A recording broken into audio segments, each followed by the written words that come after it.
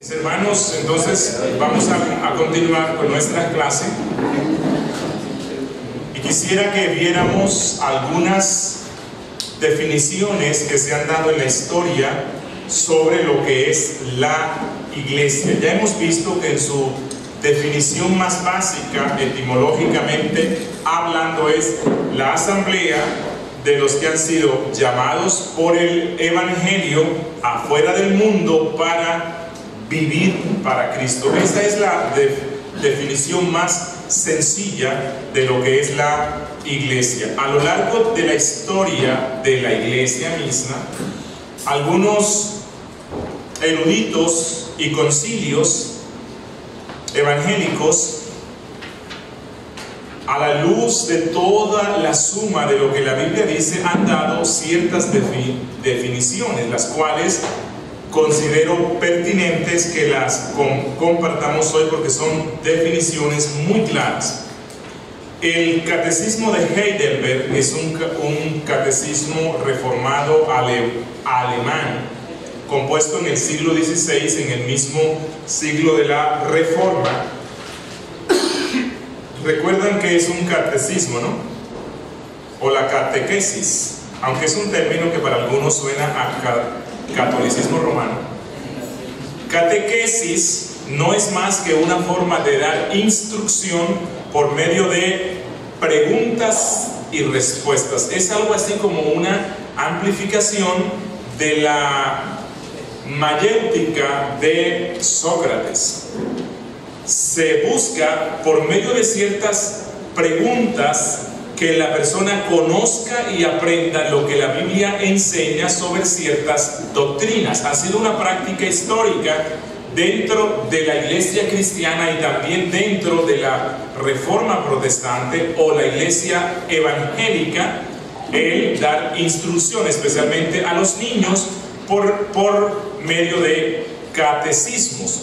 Buena parte de las denominaciones antiguas poseen su propio catecismo. El catecismo de Heidelberg, que se lo recomiendo para los que quieran aprender más doctrina, en la pregunta 54 dice: el niño le pregunta el papá, o el pastor a los miembros: ¿qué crees de la Santa Iglesia Cristiana Católica?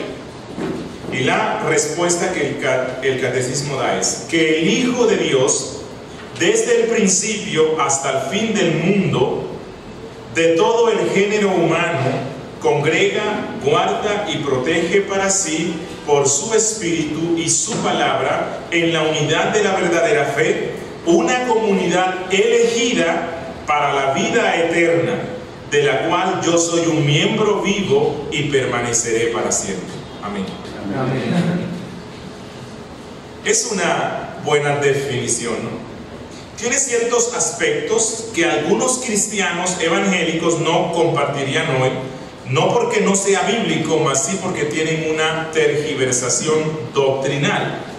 Dice que la iglesia está compuesta por los hijos de Dios, que Dios llama y guarda por su Espíritu desde el principio y hasta el fin del mundo. Es decir, el catecismo de Heidelberg ve a la iglesia compuesta por todos los santos que han existido desde Génesis 2 hasta el último día que exista esta tierra. No hay una distinción, no es algo así como que los santos del Antiguo Testamento forman parte de un pueblo y los santos del Nuevo forman parte de otro pueblo. Si bien es cierto que la iglesia como organismo no puede ser entendido sino a la luz del Nuevo, o sea, solamente los santos del Nuevo son los que logran entender el misterio que trajo Cristo, quien era a su vez el misterio de Dios.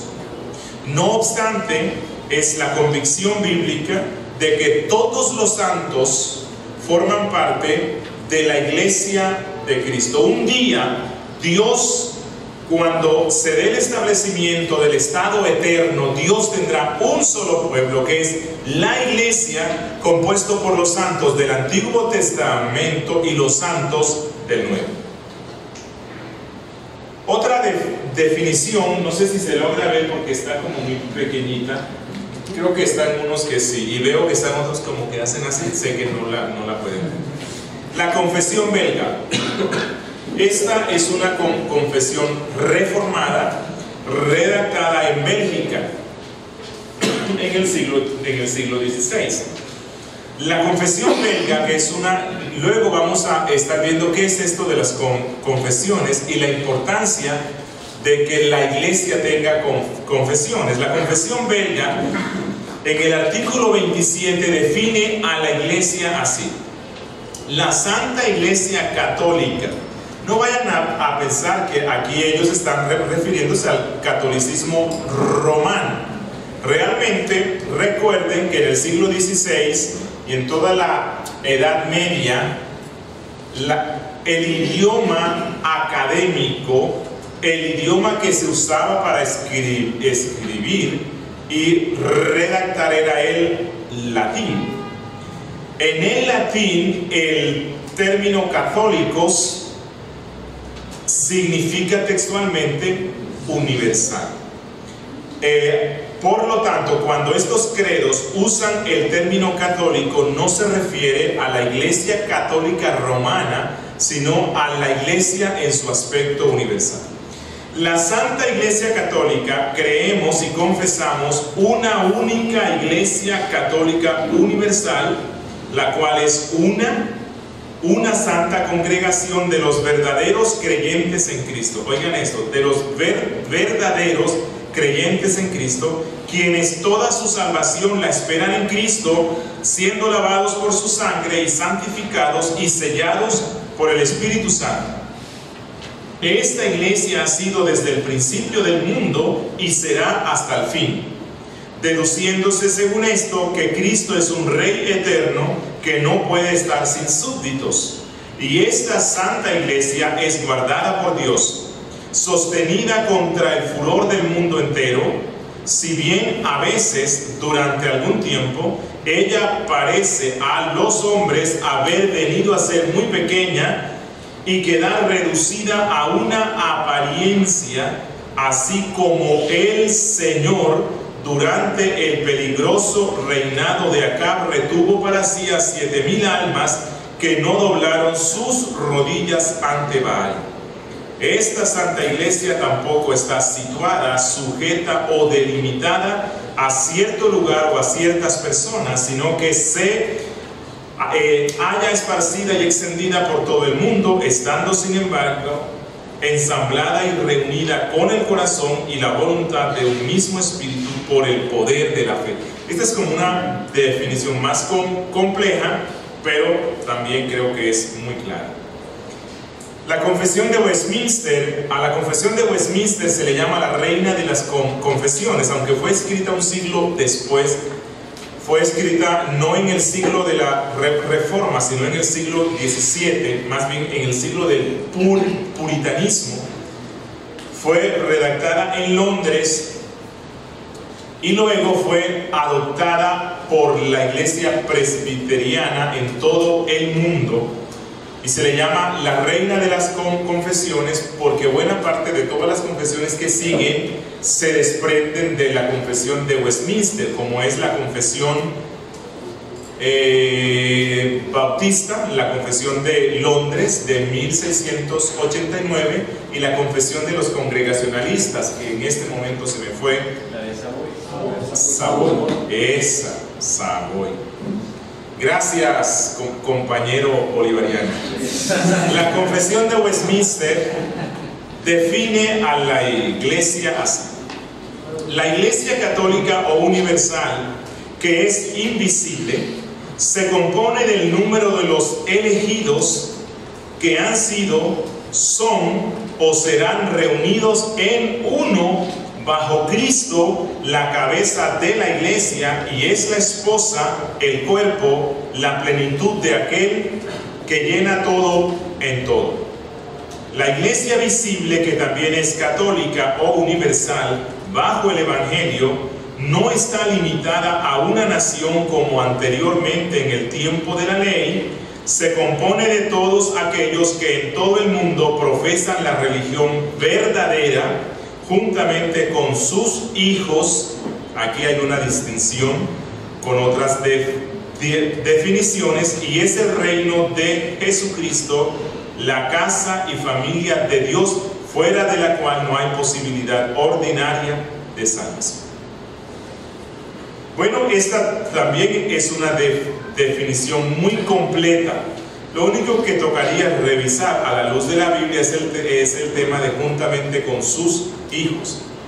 Aunque independientemente de si uno cree en el bautismo infantil o no, los hijos de creyentes deben ser llevados a la congregación desde que nacen y deben ser instruidos en la fe como si ellos fueran cristianos, pero a la misma vez se les debe predicar el evangelio, no dando por sentado que necesariamente son convertidos.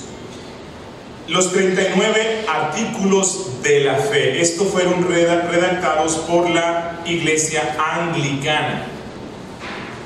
Recuerden que la iglesia anglicana, que surge también en el siglo XVI, esta iglesia, aunque no se desprende totalmente de la línea de la Reforma, sino que más bien surge como una división que hubo entre el rey de Inglaterra y el Papa, porque el Papa no le quería anular un matrimonio, y entonces él se desprende del catolicismo. Este desprenderse del catolicismo abrió la puerta para que los calvinistas europeos entraran allá y enseñaran la fe reformada. Los 39 artículos realmente son reformados, aunque la iglesia anglicana misma en sí es un grupo amorfo, o sea, no... hay unos que son más católicos, hay unos que son más evangélicos, hay unos que están como en el medio. Pero los 39 artículos sí son conforme a la fe bíblica. Y el artículo 19 dice: la iglesia visible de Cristo es una congregación de hombres fieles, en la cual la palabra pura de Dios se predica, y en la que los sacramentos... Luego voy a explicar por qué en las confesiones de la Reforma se usa el término sacramento y no tanto ordenanza, que es el término evangélico que más se usa hoy, pero que no debe ser confundido con el sacramentalismo del catolicismo. Y en la que los sacramentos deben ser debidamente administrados según las ordenanzas de Cristo en todos aquellos aspectos que por necesidad son requeridos para ello. De igual modo que la iglesia de Jerusalén, Alejandría y Antioquía han errado, así también la iglesia de Roma, no solo en su vida y procedimientos de celebración de ceremonias, sino también en materia de fe. Estas son las definiciones de los credos más importantes, y aquí la del credo más importante, que es la Confesión de Londres. En el artículo 26, la Confesión de Londres, que como dije, se redacta también en el siglo XVII, época del puritanismo, como una copia de la Confesión de Westminster, con ciertas modificaciones, especialmente en el aspecto de la eclesiología, porque algunos puritanos no quedaron contentos con la definición que la de Westminster dio acerca de los niños, del bautismo de los niños y de su pertenencia a la iglesia sin haber hecho una profesión real de fe. Entonces un grupo de puritanos se sienta, toma la confesión de Westminster, dice: estamos de acuerdo con prácticamente todo lo que ellos creen, pero deseamos dar cierta precisión en este tema de la eclesiología. Y esta es la redacción que ellos tienen, que es muy parecida a la de Westminster.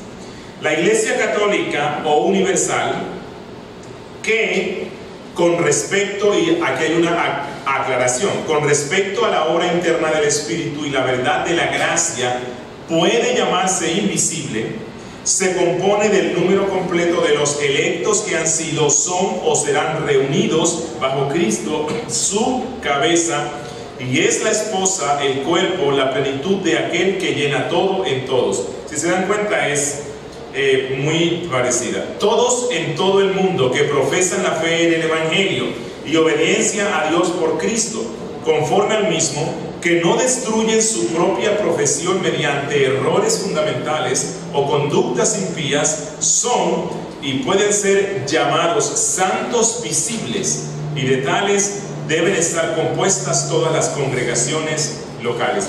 Ya la Confesión de Londres asciende un poco más en esta definición de lo que es la iglesia, y la Confesión de Westminster y otras hablaban de la iglesia invisible, pero esta confesión ya aclara que esta invisibilidad solamente debe ser entendido a la luz de que nadie puede tomar la decisión y decir, si aquí de los 50 que hay, ya me di cuenta, 25 se han sido regenerados, 25 no. Ningún pastor puede tomar la decisión y decir, tú sí eres regenerado y tú no. No, porque eso únicamente lo sabe a ciencia cierta la persona misma, si no se engaña a sí misma, y el Espíritu Santo. Así que en ese sentido la confesión dice es que se puede hablar de cierta invisibilidad. Y otra cosa que añade la Confesión de Londres a la definición es que la iglesia está compuesta por los que verdaderamente creen en Cristo, dice, que no destruyen su propia profesión mediante errores fundamentales o conductas impías. Ahora, esto no puede ser interpretado como que los puritanos aquí estaban pensando que la salvación se pierde, porque esa no era su convicción. Ellos, al igual que los reformados de hoy día, profesamos la plena convicción de que la salvación es segura y eterna en Cristo, pero sí aclara que algunos podrán ser recibidos como miembros de la iglesia local porque han hecho una profesión de fe y por algún tiempo andan como cristianos, pero luego se evidencia por medio de las falsas doctrinas que ellos creen o por medio de las conductas impías que ellos practican, que realmente no forman parte de la iglesia de Cristo. Bien, estas son las definiciones que deseaba compartir, que las confesiones de fe dan sobre lo que es la iglesia. Y creo que esto nos da ya un panorama de lo que vamos a estar viendo en el resto de este curso. Para continuar, me agradaría que viéramos a la luz de la Biblia por qué es necesario que exista la iglesia. ¿Por qué? ¿Para qué? ¿Es ella necesaria en el plan de redención? Uno de los catecismos, no sé si creo que fue la Confesión de Westminster, decía que fuera de la iglesia no hay posibilidad real de salvación. Pero este es un término, o más bien esta es una frase, una declaración que la Iglesia Católica a partir del siglo II se apropió y la usó con mucha fuerza para forzar a los que no pertenecían o no estaban bajo el mando del episcopado para que entraran a su organización. Y ellos decían, y lo dicen hoy, fuera de la iglesia no hay salvación. Bueno, lo que ellos dicen es cierto, pero también es falso. Es sí y es no. Voy a explicar esto, no hay una contradicción. Cuando ellos dicen fuera de la iglesia, es decir, la organización jerárquica con sus parroquias, curas, obispos, arzobispos, episcopado, colegio episcopal y papa, fuera de toda esa organización, todo aquel que no esté allí no es salvo, eso es falso. Pero cuando nosotros decimos, nadie que esté fuera de la iglesia de Cristo puede ser salvo, es cierto. ¿Bien? ¿Por qué razón? Porque el propósito redentor de Dios desde el Antiguo Testamento no ha sido salvar individuos que vivan individualmente su salvación e individualmente vivan para Dios. Dios nunca ha querido eso. El propósito de Dios en el Antiguo y en el Nuevo Testamento es salvar individuos para unirlos a un pueblo. A un pueblo. Y les quiero mostrar ciertos textos. Y es importante resaltar esto hoy, porque en esta era de las TIC, de las comunicaciones, en esta era de la tecnología, en esta era de la virtualidad, algunos pretenden ser cristianos por internet. Algunos pretenden ser miembros virtuales de la iglesia de Cristo. No se congregan en ninguna iglesia local visible, sino que por internet ven las predicaciones, cantan y las ofrendas, no sé cómo será que ellos hacen. Por internet son disciplinados. Pero como siempre digo, aquellos que virtualmente son miembros de la iglesia de Cristo, virtualmente entrarán al cielo y realmente entrarán a otro sitio. Fuera de la iglesia de Cristo no hay salvación. Me sorprendió, y creo que ya esto es el colmo de las aberraciones evangélicas que hay hoy, que en internet vi Iglesia Bautista Reformada Virtual. Eso es un engendro del diablo, porque es contrario a nuestras claras convicciones sobre la eclesiología. Es nuestra convicción que todo creyente debe hacerse miembro visible de una iglesia local visible. Y esa es la razón por lo que luego voy a explicar el tema de la visibilidad y la invisibilidad. Porque hay algunos que dicen, no, yo no me voy a hacer miembro de esa iglesia porque yo lo único que necesito es ser miembro de la iglesia invisible de Cristo. Bueno, sí es cierto, en el sentido de que nadie que no sea miembro de la iglesia invisible o universal de Cristo podrá ser miembro de Cristo mismo. Pero la iglesia invisible de Cristo se manifiesta por medio de iglesias locales visibles. Es la voluntad de nuestro Dios que los santos se congreguen en iglesias locales, que se hagan miembros, como luego vamos a ver, y que se pongan bajo la disciplina de una iglesia local. Les voy a mostrar unos pocos de los muchos textos que prueban esto. Levítico 26, 11 al 12.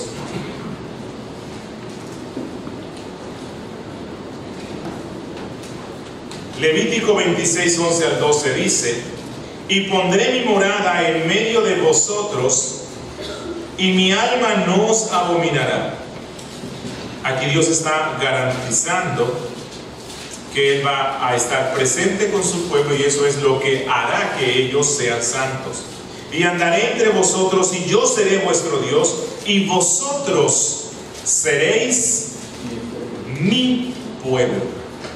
Los santos, aquellos que Dios salvó en el Antiguo Testamento, el propósito por el cual les salva es para que ellos sean un pueblo, el pueblo de Dios. Deuteronomio 7:6. Porque tú eres pueblo santo para el Señor.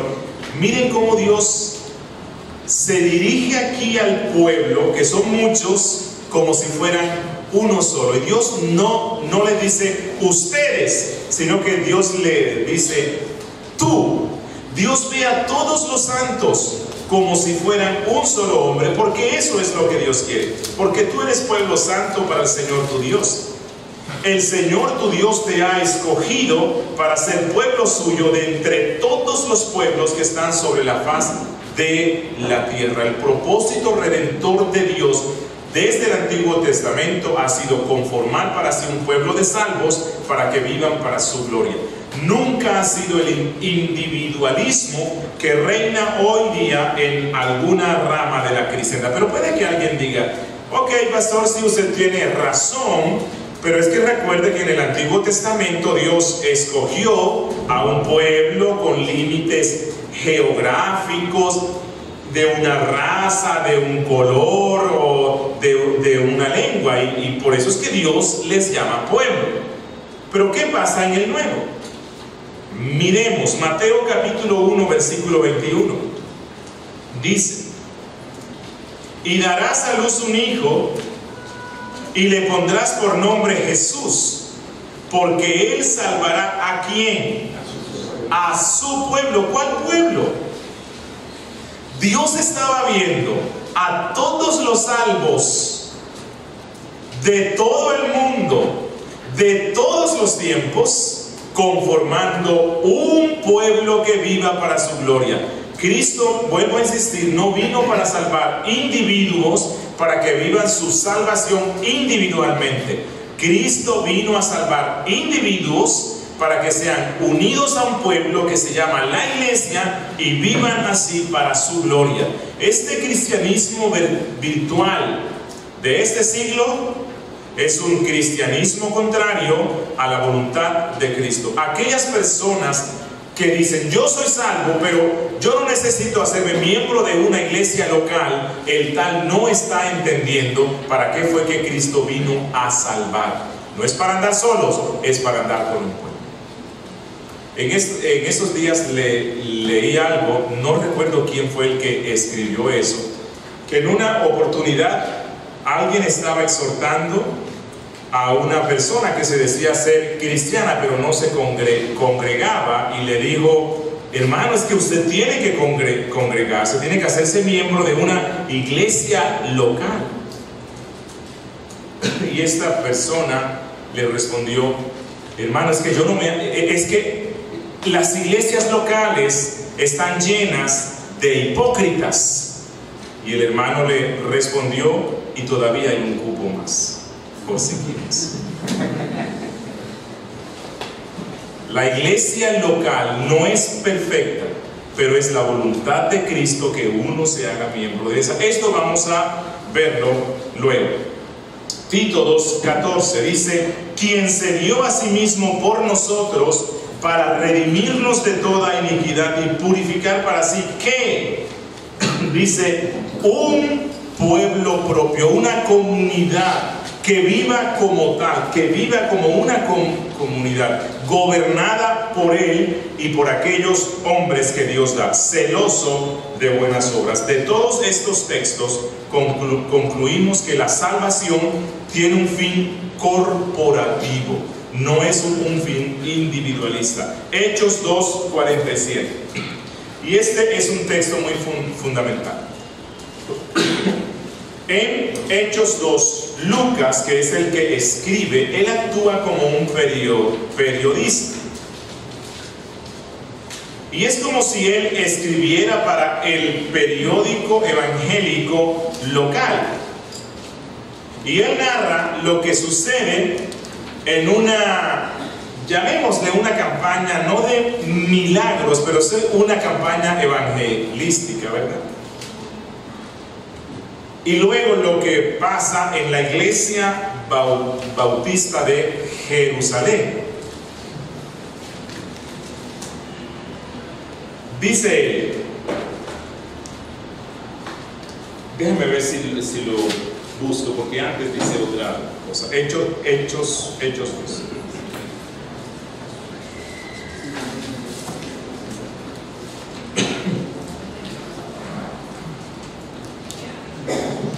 Dice en el verso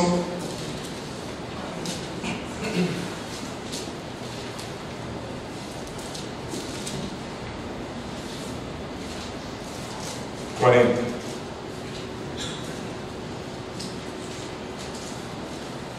Verso 37.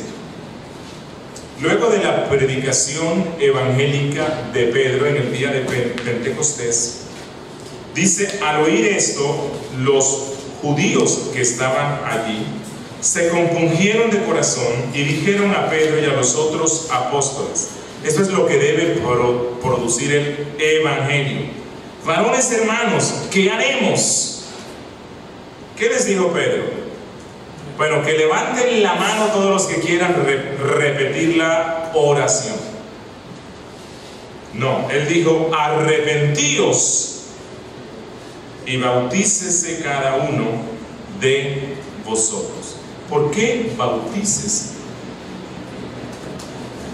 Y aquí vuelvo a insistir, los métodos de evangelismo que la iglesia evangélica usa hoy no son bíblicos. No digo que son totalmente malos, por lo menos se habla algo sobre Cristo, pero no se ajustan al modelo bíblico. Son invención humana con el fin de obtener frutos y resultados humanos.